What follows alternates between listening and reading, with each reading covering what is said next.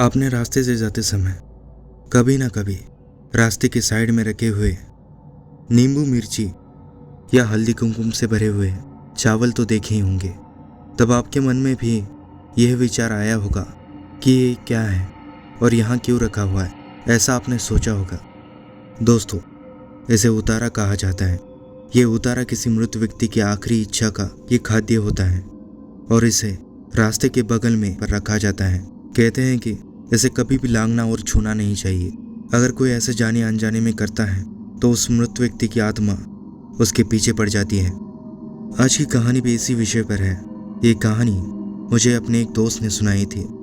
उसके गांव में ये घटना बहुत समय पहले घटी थी। मैंने उन लोगों के नाम और जगहों के नाम गुप्त रखने के लिए बदल दिए हैं। तो शुरू करते हैं कहानी को।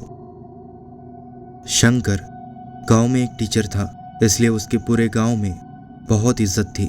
शंकर के परिवार में उसकी पत्नी और उसकी बूढ़ी माँ थी। शंकर की माँ निमोनिया से ग्रस्त थी। उनकी तबीयत दिन प्रतिदिन खराब होती जा रही थी।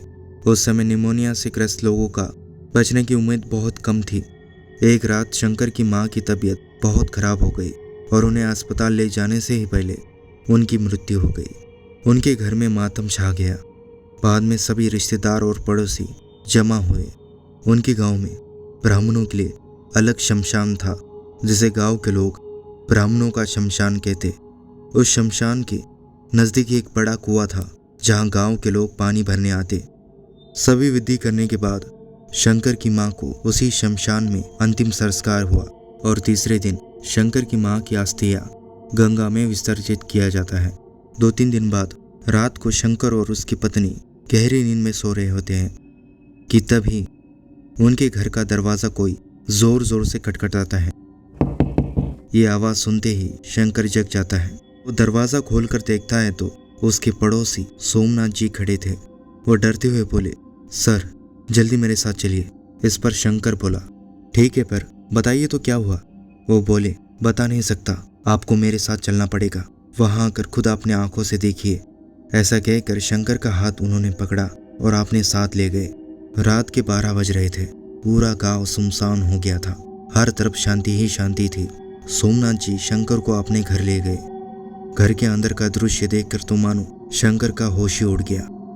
अंदर गांव के पंडित और सोमनाथ जी के परिवार के सदस्य और सोमनाथ जी की 11 साल की बेटी पायल पलंग पर बैठकर पागलों की तरह हंसी जा रही थी। वो बहुत ही भयानक दृश्य था। पायल की आंखें खून की तरह लाल हो चुकी थी और चेहरा एक तरफ से फूल गया था। शंकर ने पूछा, सोमनाथ जी अब तो बताइए क्या हुआ। एक गहरी सांस लेकर उन्होंने बताना शुरू किया, आपकी माँ का देहांत जिस जगह हुआ उस जगह कुआं है ना। शंकर ने कहा, हाँ। सोमनाथ जी आगे बोले, उस कुएं के पास मेरी पत्नी और बेटी पायल हमेशा की तरह पानी भरने के लिए गए थे और माँ को पानी भरने में देर लग रही है। ये देखकर पायल उस जगह चली जाती है जहाँ आपकी माँ का अंतिम संस्कार हुआ।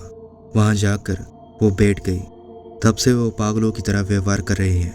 मुझे लगता है कि उसे आपकी माँ की आत्मा ने वश में कर लिया है।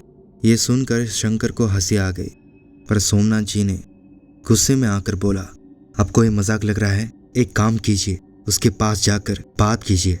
उनकी बात मानकर शंकर पायल के पास गया और जाकर बोला, पायल बेटा क्या हुआ तुम्हें। इस पर पायल बोली, तू मेरे पास मत आ, तेरी वजह से मैं परेशान हूँ। मुझे दही चावल पसंद होते हुए भी तुमने मुझे आखिरी दिनों में वो नहीं दिया।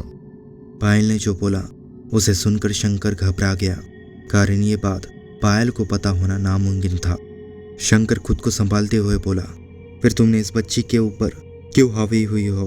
तब वो बोली, मेरे अंतिम संस्कार हुई जगह पर ये लड़की आकर बैठ गई और मुझे कोई तो चाहिए था जिसके माध्यम से मैं तुमसे बात कर सकूं। मैं हर रोज तुम्हारे लिए दही चावल का उतारा रखा करूंगा, अब इसे छोड़ दो। ऐसा कहते ही पायल बेहोश होकर नीचे गिर गई।